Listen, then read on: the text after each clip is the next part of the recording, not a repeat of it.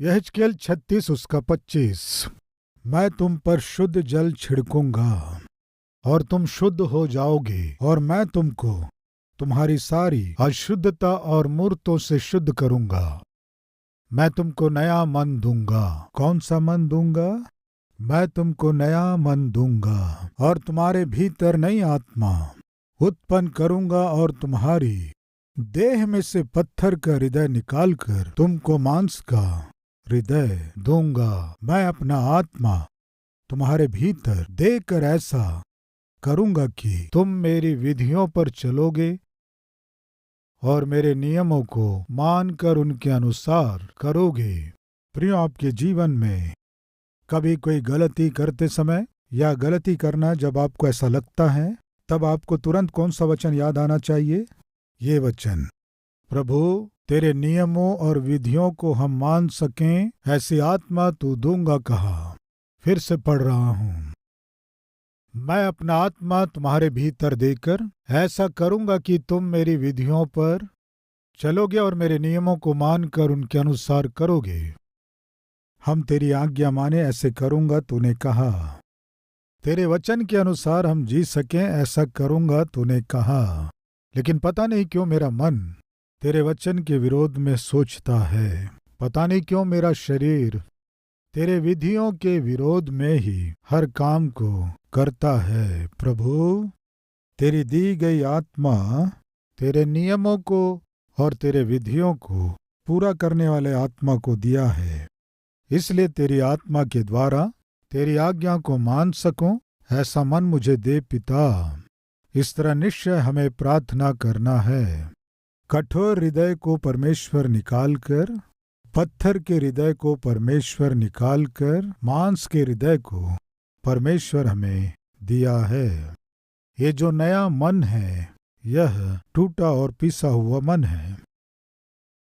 कुछ लोगों का हृदय कठोर होता है। कई बार कुछ पति बहुत कठोरता से बात करते हैं, उनमें बिल्कुल भी तरस या दया दिखाई नहीं देती है। तब आप कहते हैं, तुम इतने कठोर क्यों हो? इस तरह कहते हैं। और वैसे ही कुछ पत्नियों का हृदय बहुत कठोर होता है। वे कठोरता से बात करने से या व्यवहार करने से आप कहते हैं कि मेरी पत्नी बहुत कठोर है या पति बहुत कठोर है। इस तरह कहते हैं। कठोर हृदय परमेश्वर का हृदय नहीं है।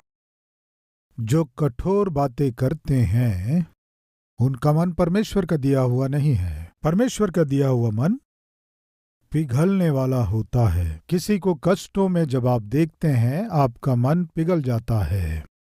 किसी दुखी व्यक्ति को देखकर आप मन में व्याकुल होते हैं। किसी दुखी व्यक्ति को जब आप देखते हैं तो आपका मन भी दुखी होता है। बाइबल बताती है, रोने वालों के साथ रोओ और हंसने वालों के साथ हंसो। लेकिन कुछ लोगों का जीवन कैसा होता है? रोने वालों को देखकर ये क्या करते हैं? हंसते हैं। हंसने वालों को देखकर ये लोग क्या करते हैं? रोते हैं। यदि कोई खुश है तो रोते हैं, यदि कोई रो रहे हैं तो ये हंसते हैं। ये अच्छी बात नहीं है। ये पागलपन का स्वभाव है। लेकिन परमेश्वर आपके मन में होगा तो आपका मन नम्र होगा, पिघलने वाला मन होगा। उदाहरण यूहन्ना 11वें अध्याय में हम देखते हैं, वहां मरियम का भाई लाजर मर गया। उस समय यीशु वहां नहीं था। 3 दिन के बाद आया। तब मरियम यीशु के चरणों में गिरकर रोई, और जो मरियम के साथ आए थे वो स्त्रियां भी रोईं। जब उसके चारों ओर के लोग रो रहे थे, तब यीशु मसीह उनके साथ रोया। कारण क्या है कहने से अभी मैंने बताया ना। बाइबल क्या बताती है? जो आनंदित हैं उनके साथ आनंद करो, और जो दुखी हैं उनके साथ दुखी हो। रोने वाले के साथ रोएं। लेकिन आज हम में से कितनों में ऐसा मन है? आपके मित्रों में हो या रिश्तेदारों में हो, कष्टों के कारण यदि कोई रो रहे हैं तो उनके साथ रोने का मन हम में है क्या? प्रियो, एक बार एक सैनिक की मृत्यु हो गई। जब उस सैनिक की मृत्यु हो गई, उस सैनिक की पत्नी बहुत रो रही थी। उसके 2-3 बच्चे थे। उनका पोषण कैसे करना चिंता में थी। परिवार का मुखिया मरने से उसे कोई भी शांति नहीं दे पाया, सांत्वना नहीं दे पाया। ऐसे समय में ये बात रानी विक्टोरिया जी को मालूम चली। मैडम, हमारी सेना में एक ईमानदार और खरा सैनिक युद्ध करते करते मर गया, हमारे देश की रक्षा करते हुए बलिदान हो गया। उसकी पत्नी को कोई भी शांति नहीं दे पा रहे हैं, सांत्वना नहीं दे पा रहे हैं। इस बात को जब रानी विक्टोरिया को जब बताया गया, वो तुरंत अपने मंत्री से बोली, मेरे जाने का प्रबंध करो, मैं जाकर जो अपने पति को खो चुकी है मैं उससे मिलना चाहती हूँ, तैयारी करो। ये बात उस गांव में रहने वाले सभी को मालूम चली। साक्षात रानी विक्टोरिया आकर बातचीत करने वाली है। साक्षात रानी जी आकर ये स्त्री जो अपने पति को खो चुकी है मिलने वाली है, उसकी क्या सहायता करेगी, उसे कहाँ नौकरी देगी, उसके बच्चों को कहाँ पढ़वाने वाली है, क्या क्या वरदान देने वाली है, ये सोचकर सारे गांव वाले चर्चा करने लगे। और रानी गांव में आई। आते ही तुरंत पति को खोई हुई उस स्त्री के घर के अंदर जाकर दरवाजा लगा ली। 15 मिनट हो गया बाहर नहीं आई, आधा घंटा हो गया बाहर नहीं आई, 1 घंटा हो गया बाहर नहीं आई। बाहर सारे गांव के लोग इकट्ठे थे। पता नहीं क्या बात कर रही होगी, क्या कह रही होगी, शायद बहुत से वरदान दे रही होगी, वचन दे रही होगी। तुम डरो मत, मैं हूं, तुम्हारे बच्चों को कोई कमी नहीं होने दूंगी, बहुत से वचन दे रही होगी। 1.5 घंटा हो गया, 2 घंटा हो गया। 2 घंटे होने के बाद विक्टोरिया रानी उस पति को खोई हुई उस स्त्री के घर से बाहर आकर रथ में सवार होकर चली गई। अब गांव के लोग चुप रहेंगे क्या? उस गांव के सारे लोग अंदर जाने की कोशिश किए, एक के बाद एक, एक के बाद एक, एक के बाद एक, एक के बाद एक। क्या वचन दी, कौन से वरदान दूंगी बोली, क्या बोली, असली में अंदर क्या हुआ, क्यों इतने देर तक रही, क्या की वो, बहुत से प्रश्न। वो जो स्त्री अपने पति को खो चुकी थी, एक ही एक बात बोली। रानी आकर मुझे देखकर जब मैं रो रही थी, वो सह नहीं पाई, वो भी मेरे साथ मिलकर रोई। मैं रो रही थी, मेरे साथ वो भी रोई। मेरे दुख को, मेरे इस वेदना को, मेरे इस दर्द को पूरे मन से मेरे साथ बांटी। मेरे इस पूरे भार को वो लेकर गई। वरदान कुछ नहीं दी क्या? पागल जैसा क्यों बोल रहे हो? इस समय मुझे वरदान नहीं चाहिए। इस समय मेरे हृदय में जो वेदना है उसे बांटने वाले चाहिए। आज मैं एक सत्य को जान गई, वो क्या है कि हमारे देश पर शासन करने वाली रानी केवल वरदान देने वाली रानी नहीं है। जो वेदना में है उनके पास जाकर उनके साथ मिलकर आंसू बहाने वाली एक अच्छे मन की रानी है। मैं जान गई। वो मेरे साथ मिलकर मुझे गले लगाकर जब रोई तो मैं समझ गई, इससे अधिक मुझे और क्या चाहिए। इतना प्रेम करने वाली रानी मेरी है तो मुझे और क्या चाहिए। लगा मुझे। प्रिय भाइयों और बहनों, मरियम आकर यीशु के चरणों में गिरकर जब रो रही थी, यीशु क्या किए जानते हैं? प्रियो, बाइबल बताती है कि यीशु रोया रोया रोया। अर्थ क्या है? यीशु आंसू बहाया। यीशु क्यों रोया कहने से यीशु का मन तरस से भरा मन है, दया से भरा मन है, करुणा और तरस से भरा मन है। यीशु का मन कठोर बिल्कुल नहीं है। फिर से याद दिला रहा हूं, एक भाई से मैंने पूछा, आंसुओं के साथ प्रार्थना करके आपको कितने दिन हो गए? आंसुओं के साथ प्रभु की उपस्थिति में गए हुए कितने दिन हुए? प्रिय, वो उद्धार पाया था, बपतिस्मा ले लिया, सेवा में भी सहभागी हो रहा है। आंसू बहाकर प्रार्थना करके कितना समय हो गया कहने से उसने क्या उत्तर दिया जानते हैं? पास्टर जी, मैं उद्धार पाके बहुत वर्ष हो गए, लेकिन पता नहीं क्यों आज तक एक भी बार आंसुओं के साथ प्रार्थना नहीं कर पाया। पता नहीं क्यों मेरी आंखों से आंसू निकलते ही नहीं हैं। कठोर हृदय। शायद हमारे बीच में ऐसे लोग होंगे कठोर हृदय वाले, जो नम्र किया गया ना हो। तो फिर आपके हृदय को सही करने के लिए, आपके हृदय को सुधारने के लिए निश्चय आपको प्रार्थना करना है। टूटा हुआ और पिसा हुआ मन ही परमेश्वर के योग्य बलिदान है, इस तरह बाइबल बताती है। टूटे और पिसे हुए मन के लोगों के साथ परमेश्वर रहता है। बाइबल बताती है आपका मन कठोर है या आपके बात करने का ढंग कठोर है और दूसरों को चोट पहुंचाने वाली, चुभने वाली बातें करना या व्यवहार करने वाली शैली है, तो आपका हृदय नम्र नहीं है। लूका उसका 19वां अध्याय 41वां वचन, जब वह निकट आया तो नगर को देखकर उस पर रोया। रोया प्रियो, यीशु मसीह रोया। अधीन ना होने वाले नगर को देखकर, परमेश्वर के विरोध में जीने वाले लोगों को देखकर यीशु रोया और क्या कहा, क्या ही भला होता कि तू ही इसी दिन में कुशल की बातें जानता, परंतु अब वे तेरी आंखों से छिप गई हैं, वे तेरी आंखों से छिप गई है। उसके बाद के वचन को पढ़ रहा हूँ। क्योंकि वे दिन तुझ पर आएंगे कि तेरे बैरी मोर्चा बांध कर तुझे घेर लें। प्रियो, उद्धार करता आ गया, लेकिन यरूशलेम के लोग उन्हें समझ नहीं रहे थे। प्रभु को गलत समझे, प्रभु को झूठा बोले, अशुद्ध आत्मा पकड़ा हुआ बोले, दुष्ट आत्मा पकड़ा हुआ बोले, दुष्ट आत्माओं का राजा बोले, और चारों ओर से तुझे दबाएंगे और तुझे और तेरे बालकों को जो तुझ में है मिट्टी में मिलाएंगे और तुझ में पत्थर पर पत्थर भी ना छोड़ेंगे, क्योंकि तूने उस अवसर को जब तुझ पर कृपा दृष्टि की गई न पहचाना। यस प्रियो, पूरा हुआ यीशु मसीह के कहे अनुसार। उसके बाद यरूशलेम नगर संपूर्ण रूप से नाश किया गया। उसके बाद कई बार यरूशलेम नगर पर हमला किया गया। क्यों यरूशलेम नगर पर इतना अधिक हमला किया गया? कारण जानते हैं?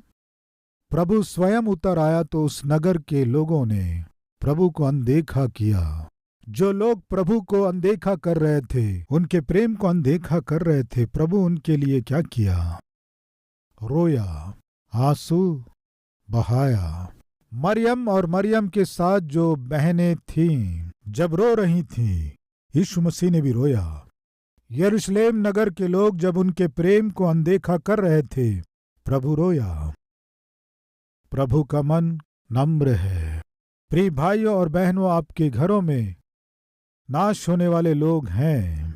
आपका स्वयं का भाई उद्धार नहीं पाया, आपकी बहन उद्धार नहीं पाई, आपकी पत्नी उद्धार नहीं पाई, पति उद्धार नहीं पाया, पिता उद्धार नहीं पाया, माँ उद्धार नहीं पाई, फिर भी आपको बोझ नहीं है और कोई चिंता भी नहीं है और आप में कोई वेदना भी नहीं है। तो सुनिए, आप जैसे व्यक्ति के लिए बाइबल में बात लिखा है, पढ़ेंगे। आइए, आमोस की पुस्तक 6वां अध्याय 1 वचन। हाय उन पर जो सियोन में सुख से रहते और उन पर जो सामरिया के पर्वत पर निश्चिंत रहते हैं, वे जो श्रेष्ठ जाति में प्रसिद्ध हैं, जिनके पास इज़राइल का घराना आता है, जो निश्चिंत होकर बिना किसी दुख के, किसी भी वेदना के बिना, चिंता के बिना जी रहे हैं, उन पर हाय। सुन रहे हैं प्रिय भाइयों बहनों? आपके घर के लोग ही नाश हो रहे हैं तो आपको किसी प्रकार का दुख नहीं है क्या? आपका शराबी पति पीकर वो जब आपको मारता है तो आप दुखी होते हैं, लेकिन वो मरेगा तो नरक जाएगा, ये दुख आप में नहीं है। जब आप घर आते हैं, आपकी पत्नी झगड़ा करती है, चीखती है, चिल्लाती है, उसके इस स्वभाव के कारण आप दुखी होते हो, लेकिन अगर इसी स्थिति में मेरी पत्नी मरेगी तो नरक जाएगी, अनंत काल तक जलती रहेगी, ये दुख नहीं है आपको? आपका बेटा पढ़ाई लिखाई के बिना, आवारा घूमता रहता है, मनमर्जी से बुरी संगति में पड़कर उनके साथ घूम रहा है, बिगड़ रहा है, आपकी बात नहीं सुन रहा है, आपको परेशान कर रहा है। इसे सोचकर आप दुखी हो रहे हैं, हाय मेरा बेटा नाश हो रहा है, परमेश्वर से दूर हो रहा है, परमेश्वर की संगति से दूर हो रहा है, अनंत जीवन से दूर हो रहा है। ये दुख आप में नहीं है तो सुनिए, सामरिया में जो लोग निश्चिंत हैं, क्या है उन पर? हाय! उन पर जो सामरिया के पर्वत पर जो निश्चिंत हैं उन पर हाय! क्यों हाय? नीचे देखेंगे, आइए 6वां वचन। और कटोरों में से दाख मधु पीते और उत्तम उत्तम तेल लगाते हो, परंतु यूसुफ पर आने वाली विपत्ति का हाल सुनकर शौकित नहीं होते, चिंता नहीं करते। प्रियो कहते हैं ये लोग बहुत आत्मिक हैं। थोड़े ऊपर के वचनों को देखेंगे। 4वां वचन। तुम हाथी दांत के पलंगों पर लेटते और अपने अपने बिछौने पर पांव फैलाए सोते हो, और भेड़ बकरियों में से मेमने और गौशालाओं में से पशुओं को खाते हो।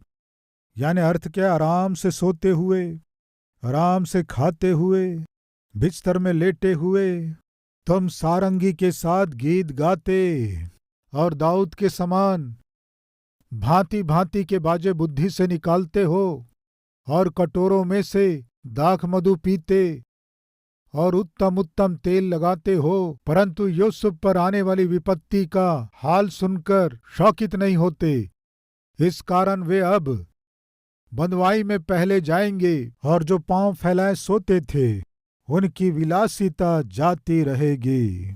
इनकी विलासिता जाती रहेगी। किसकी? जो चिंता नहीं करते, जो दुखी नहीं होते, जिनमें वेदना नहीं है, जो निश्चिंत रहते हैं, यूसुफ पर आने वाली विपत्ति को जानकर भी शौकित नहीं होते, उसके विषय में बिल्कुल चिंता नहीं करते।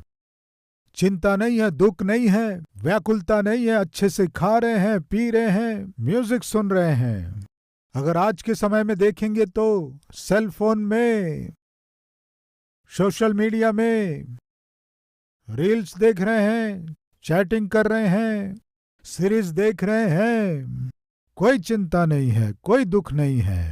आपका बड़ा भाई, आपका छोटा भाई, छोटी बहन, बड़ी बहन, आपके परिवार के लोग नाश हो रहे हैं, वे नरक जाने वाले हैं, आपको मालूम होने पर भी आप बिना किसी चिंता के, दुख के अगर आप निश्चिंत रह रहे हैं तो परमेश्वर कह रहे हैं, क्या कह रहे हैं?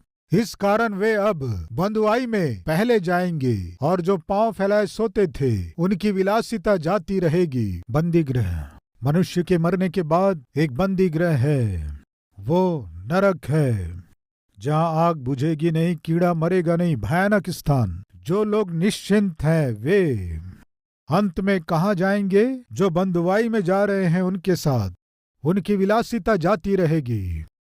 सेनाओं के परमेश्वर यहोवा की यही वाणी है। परमेश्वर यहोवा ने अपनी ही शपथ खाकर कहा है, जिस पर याकूब घमंड करता है उससे मैं घृणा और उसके राजभवनों से बैर रखता हूँ, और मैं इस नगर को उस सब समय जो उसमें है शत्रुओं के वश में कर दूंगा। इन्हें कोई चिंता नहीं है, कोई टेंशन नहीं है, इसलिए मैं उनको दंड दूंगा। जो परमेश्वर की आत्मा से भरा था भविष्यवक्ता, आइए उस वचन को देखें। यिर्मयाह की पुस्तक 9वां अध्याय 1 वचन। भला होता कि मेरा सिर जल ही जल और मेरी आंखें आंसुओं का सोता होती, कि मैं रात दिन अपने मारे हुए लोगों के लिए रोता रहता। हाय मेरे लोग, जिनसे परमेश्वर प्रेम किया, जिन्हें परमेश्वर ने सृष्टि किया, वे नाश हो रहे हैं, वे नाश हो रहे हैं। उन्हें देखकर मेरी आंखें आंसुओं का सोता होती। प्रिय, यिर्मयाह को क्या नाम दिए जानते हैं? आंसू बहाने वाला भविष्यवक्ता। प्रिय भाइयों और बहनों, सभी प्रार्थनाओं से सामर्थी प्रार्थना आंसुओं की प्रार्थना है। टूटा हुआ मन परमेश्वर के लिए योग्य बलिदान है। टूटे हुए मन को परमेश्वर तुच्छ नहीं जानता। नाश हो रहे अपने भाइयों के लिए, बहनों के लिए, परिवार के लोगों के लिए जब आप आंसुओं के साथ प्रार्थना करते हैं, इसे देखकर परमेश्वर बहुत खुश होते हैं। आप हमेशा अपने ही लिए प्रार्थना करते रहते हैं, लेकिन आपके चारों ओर बहुत से लोग नाश हो रहे हैं। उनके लिए प्रार्थना करने का मन कहाँ है? उनके विषय में सोचने के लिए टाइम कहाँ है? उनके विषय में चिंता करके उनके घर जाकर उनके साथ बैठकर थोड़ी देर प्रार्थना करने के लिए समय कहाँ है? उनको सुसमाचार सुनाने से वे सुसमाचार को सुनकर विश्वास करके उद्धार पाएंगे। तड़प कहाँ है? उस खतरे से, नरक से बचाना है तो केवल एक रास्ता है, आंसुओं की प्रार्थना। प्रिय भाइयों और बहनों, आंसू बहाने वाले उठना है। परमेश्वर कह रहे हैं, बुलाओ। आंसू बहाकर प्रार्थना करने वालों को बुलाओ, गिड़गिड़ाने वालों को बुलाओ। क्यों रोना है? क्यों प्रार्थना करना है? छोटे बच्चों को नाश करने वाली मृत्यु, जवानों को नाश करने वाली मृत्यु घरों में घुस रही है, खिड़कियों से अंदर आ रही है, घर में घुस रही है, मोहल्लों में, नगरों में घुस रही है। उस खतरे से, उस मृत्यु से, उस नरक से बचाना है तो केवल एक मार्ग है, आंसुओं की प्रार्थना। आज इस संदेश को सुनने वाले हर एक जन, विशेष करके जो उपवास की प्रार्थना करते हैं, वे आंसुओं की प्रार्थना भी करना है। आपको प्रार्थना योद्धा बनाना है। परमेश्वर चाहते हैं, मैं तैयार हूं कहने वाले मेरे साथ मिलकर प्रार्थना करेंगे।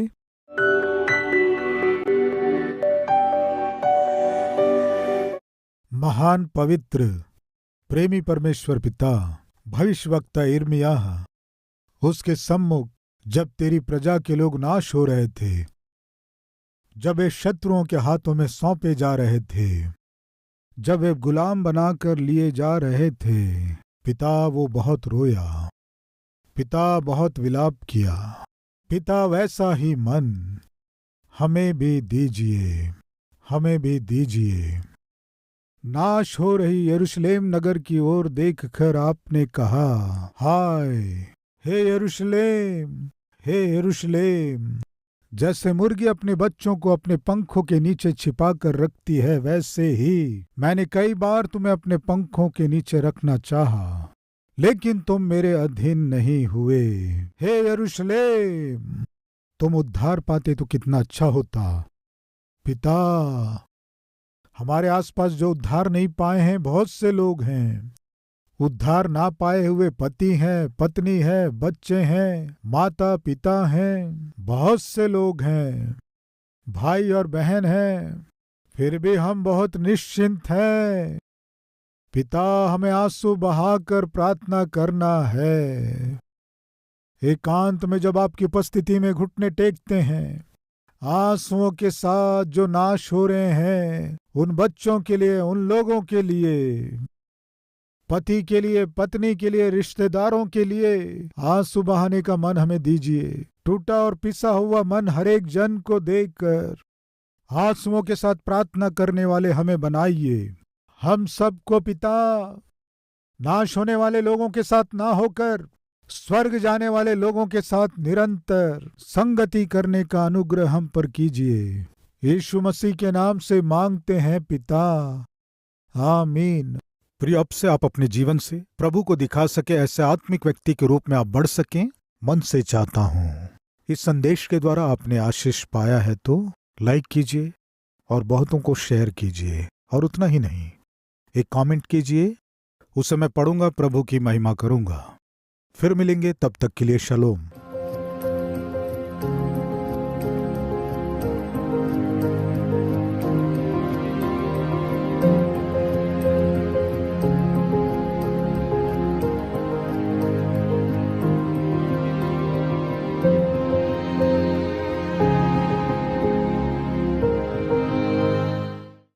हमारा पता Calvary, post box number 30, Kukatpally, Hyderabad 72।